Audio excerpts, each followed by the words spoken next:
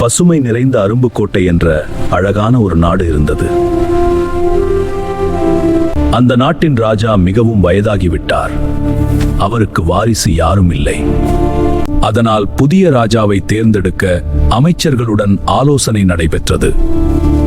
இறுதியாக ஒரு வித்தியாசமான முடிவெடு. அரும்புக்கோட்டை நாட்டின் மக்களே கவனிக்கவும். நமது ராஜாவுக்கு வயதாகிவிட்டதால் புதிய அரண்மனை மைதானத்தில் ஒரு பெரிய கூட்டம் நடைபெறும். அங்கு ஒரு யானை கொண்டு வரப்படும். அந்த யானை தான் நம் புதிய ராஜாவை தேர்ந்தெடுக்கும். ராஜாவாக வேண்டும் என்று நினைப்பவர்கள் அனைவரும் நாளை காலை மைதானத்திற்குள் வந்து நிற்க வேண்டும். இந்த போட்டியில் எவரும் கலந்து கொள்ளலாம். இது ராஜா உத்தரவு. யானை ராஜாவை தேர்ந்தெடுக்குமா? அது எப்படி சாத்தியம்? நாளை கண்டிப்பாக போய் பார்க்க வேண்டும். அந்த அறிவிப்பை கேட்ட மக்கள் ஆச்சரியத்துடன் பேசிக்கொண்டே தங்கள் வீடுகளுக்கு திரும்பினர். அனைவரின் மனதிலும் ஒரு கேள்வி மட்டும் இருந்தது.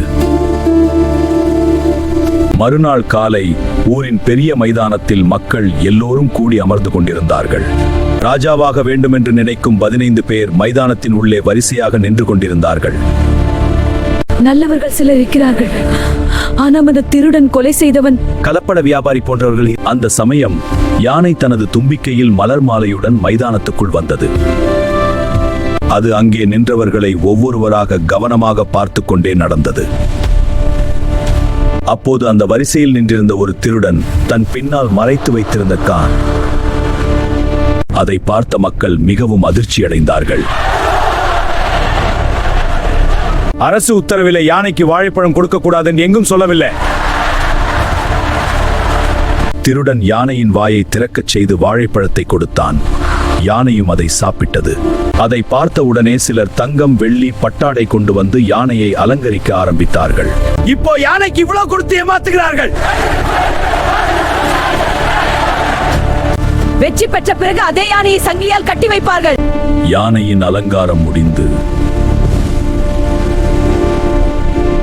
யானை அங்கே வரிசையாக நின்றிருந்த 15 பேரையும் கவனமாக பார்த்தது. அந்த வரிசையில் நின்றிருந்தவர்கள் தங்களுக்கே ராஜபதவி கிடைக்கும் என்று நினைத்து சிரித்துக் கொண்டிருந்தார்கள். பிறகு யானை மைதானத்தில் உட்கார்ந்திருந்த மக்களை நோக்கி பார்த்தது. மக்கள் எல்லோரும் கவலையுடன் யானையை பார்த்து கொண்டிருந்தார்கள். அப்போது யானை மெதுவாக நடக்க ஆரம்பித்தது. ஆனால் அது வரிசையில் நின்றிருந்தவர்களிடம் செல்லவில்லை.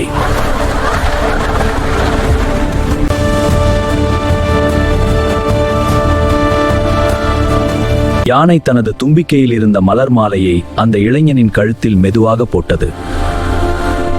யானை குட்டியாக இருந்த பொழுது தாயிடமிருந்து விளையாட்டுத்தனமாக பாதை தவறி வந்து பள்ளத்தில் விழுந்தது.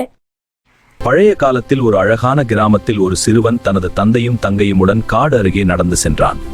அப்போது சிறுவன் திடீரென்று ஒரு பெரிய பள்ளத்தில் ஏதோ அசைவை கவனித்தான். அருகே பார்த்தபோது ஒரு குட்டி யானை பள்ளத்தில் விழுந்து வெளியே வர முடியாமல் தவித்துக் கொண்டிருந்தது. அப்பா, இங்க வாருங்கள். அவர்கள் மூவரும் அந்த யானையை பார்த்து மிகவும் வருந்தினர். யானையை காப்பாற்ற வேண்டும் என்று தந்தை மரக்கட்டைகளை அந்த யானை மெதுவாக மேலே ஏற ஆரம்பித்தது.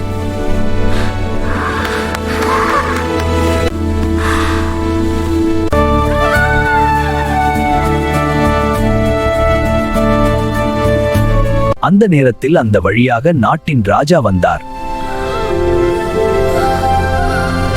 ராஜா கூறினார், இந்த யானையை எனக்கு கொடுங்கள், நான் அதை வளர்த்துக் கொள்கிறேன். அந்த யானை தனது உயிரை காப்பாற்றிய அந்த சிறுவனை என்றும் மறக்கவில்லை.